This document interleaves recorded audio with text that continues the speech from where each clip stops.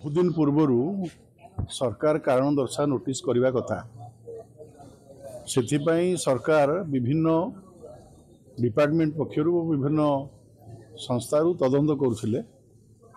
आज तदंतर उत्तर मिलला परे तुरंत कारण दर्शा नोटिस करिसेंती। ये दुई जन ऑफिसर सीधा सड़क निर्वाचन प्रचार करुले परिचालना करुले विजु जनता दल सरकारी कर्मचारी है गोटे निर्दिष्ट राजनैतिक दलर बोलकरा पांड्यान कथार पड़ी जो भाई भाव निर्वाचन को प्रभावित करुले गणतंत्र इतिहास एक कलंकमय अध्याय। से जेकोसी ऑफिसर हूँ से माने राजनीति ठारू दूरे रहा आवश्यकता अच्छी। जदि राजनीति करार अच्छी ताले सीधा सड़क चाकरी रेजिग्नेशन देकी आसिक निर्वाचन लड़वा निर्वाचन परिचालन करने उचित।